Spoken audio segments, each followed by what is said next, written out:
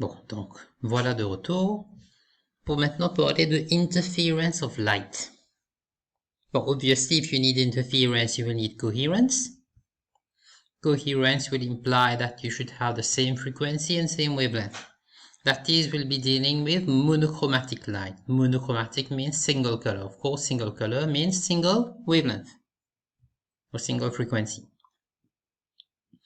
Maintenant, quel type de monochromatic light sources nous avons? You have the laser source, which is very convenient for such type of experiments because all the light waves in the beam happen to be in phase in a laser source. On peut aussi avoir light emitting diodes, LED. Bon, you have LEDs of all types of colors, amber, red, green, blue, etc. Or, these are quite modern inventions, these first two. Before that, you also have, you can also have the low pressure vapor discharge lamp. Maintenant, c'est quoi un low pressure discharge lamp? C'est tout simplement a tube through which you're going to pass a current, and in that tube you have a low pressure gas or low pressure vapor.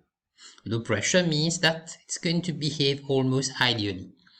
Important, the gas or the vapor must consist of only one type of atoms. For example, sodium vapor, mercury vapor, hydrogen gas. Okay? Something like that. Quand on va faire quantum physics, on va rentrer un peu plus en détail de how this light is emitted. Ce qui se passe, when current will be passing, the atoms will get excited. Excited means that some electrons in the atom will gain energy. They will then lose that energy and in the process emit that excess energy in the form of light of specific wavelength. Donc, on a plusieurs wavelengths. Hein? Deuxièmement, il n'est pas vraiment monochromatique, c'est vrai. De ce fait, si on a deux wavelengths of the visible region, I can, for example, use a color filter to allow only one color to emerge. Maintenant, ça c'est un diagramme-là, montrez-moi une typical discharge lamp. On a un électrode. Là, ça peut connecter avec un DC supply, disons, large voltage. I can have mercury gas, mercury vapor inside. A et B représentent deux atomes. Okay? Two atoms at a particular time. Over during a very short time interval. I don't expect these atoms to move very far. Okay? They'll be almost stationary. Donc, ce qui me explique ça, c'est qu'il fait si mon prend un allant comme ça, malgré le fait qu'il peut émettre la lumière, disons, un seul wavelength, you're still not going to have coherence. Pourquoi ça? Si je get la lumière depuis un atome, on dit que la lumière là, elle produit quand tu as un électron qui peut perdre l'énergie. Le problème, the time at which the electron will gain energy, or it's going to lose energy. You can't really predict this accurately. You can't synchronize for all these atoms when they're going to emit their energy at the same time. Donc, ce qui se passe, vous avez des random interruptions. Okay, these two waves here have the same wavelength. Mais, il y a une petite cassure, une petite interruption random that appear randomly. Donc, si mon un wave train peut aller là, un coup d'y arrêter. Ben, quand il y a arrêté là, le phase difference, il finit sans Z ici à P. Maintenant, ici, deuxième wave là aussi, bien les mêmes affaires. So you cannot have coherence here. Okay? These random discontinuities, or random interruptions will make the waves no more coherent, even though they still have the same wavelength, because the phase difference will change randomly. and abruptly. Maintenant, une façon simple d'avoir un coherent, to have two coherent light sources from this lamp. C'est qu'il nous a à faire, servir les méthodes de Monsieur Thomas Young. This is the lamp. Qu'il fait, il met un narrow slit. First a source slit here. What is going to happen? Two band light waves qui peut reach sa slit là, they will diffract. So these are the diffracted wavefronts. Quand je diffract, sa band wavefronts là pourra illuminer deux autres narrow slits separated by distance E, S1 and S2. These are the two narrow slits.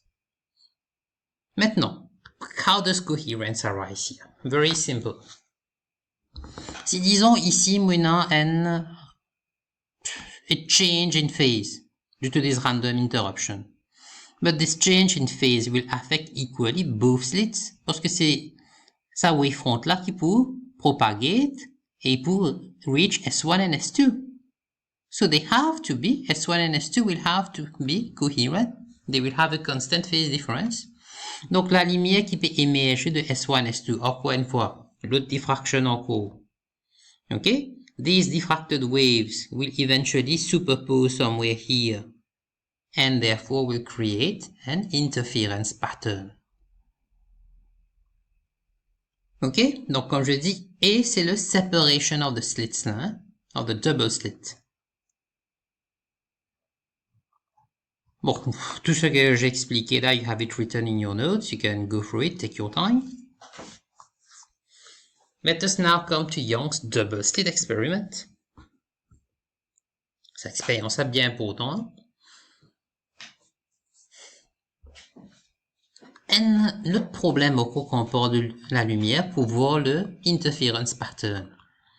Le wavelength est très petit for visible light, of the order of 10 power minus 7 meters. Donc, c'est difficile de voir the bright and dark fringes. Usually the bright and dark fringes are going to be very small. Mais nous, qu'est-ce qu'il nous a à faire? Donc, moi, servi ça, principe, ça setup qui m'a expliqué là-haut, là. On a le source slit, monochromatic light, diffracted, reach S1, S2, then these wavefronts here are going to propagate, reach a screen, et je vais avoir interference pattern. Donc, c'est quoi interference pattern? Vous l'avez déjà vu, pour la lumière, you have alternate dark and bright fringes. Distance entre deux bright fringes, ou bien deux dark fringes, du coup X. Pour symétrie, à point P, au milieu là, je dois avoir constructive interference because S1P and S2P is going to be the same. Okay? Same pair of length, pair of difference 0. À point Q, j'ai the nth bright fringe. Okay? N is just any random number. Of course, n should be an integer. Distance D, c'est D capital, c'est distance entre cette double slit là et l'écran. Usually, A, petit a, is of the order of less than a millimeter, and capital D is greater than 1 meter. So what is going to happen here?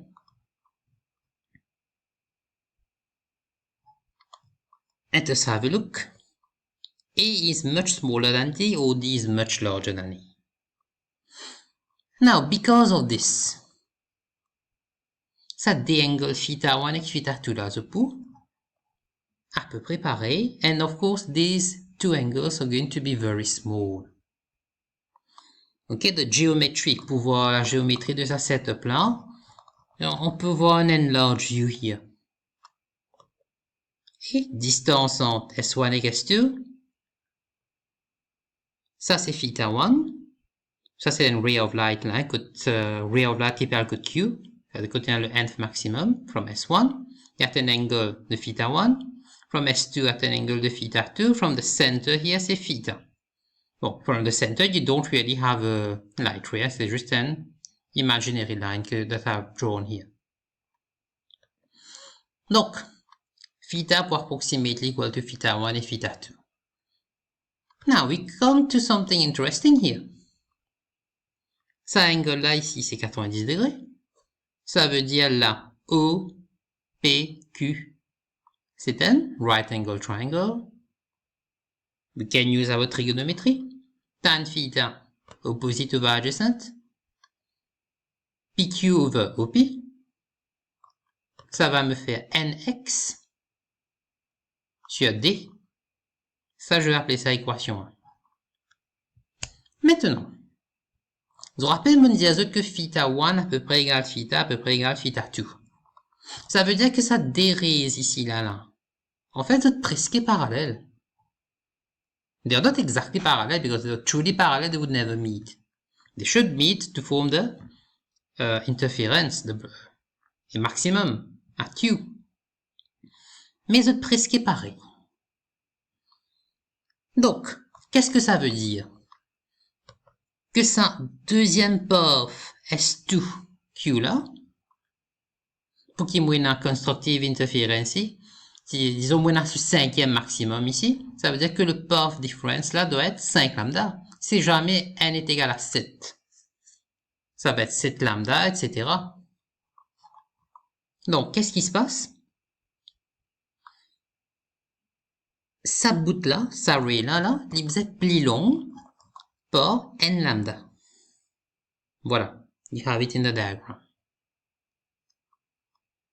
So, if this angle is theta, you can use your knowledge of properties of triangles and see that this angle must also be theta.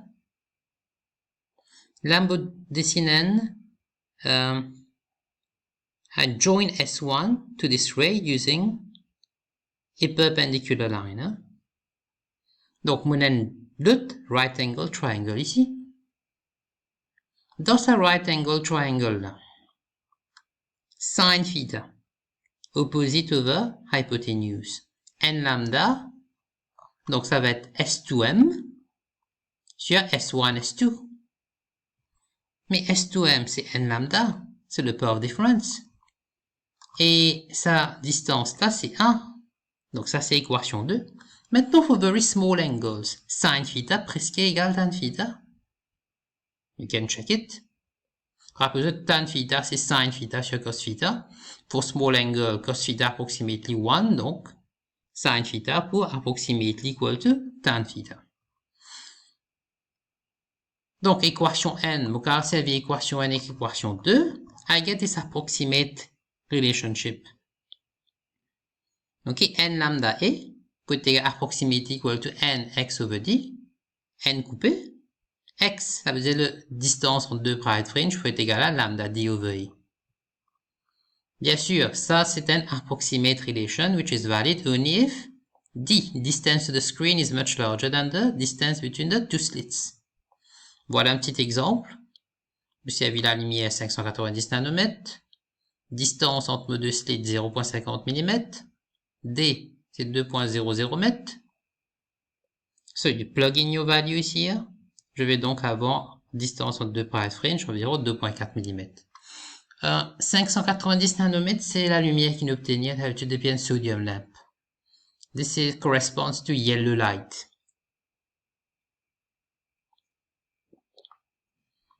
Voilà. Ça, c'est donc un overview une introduction plutôt à interference in light or the double slit experiment.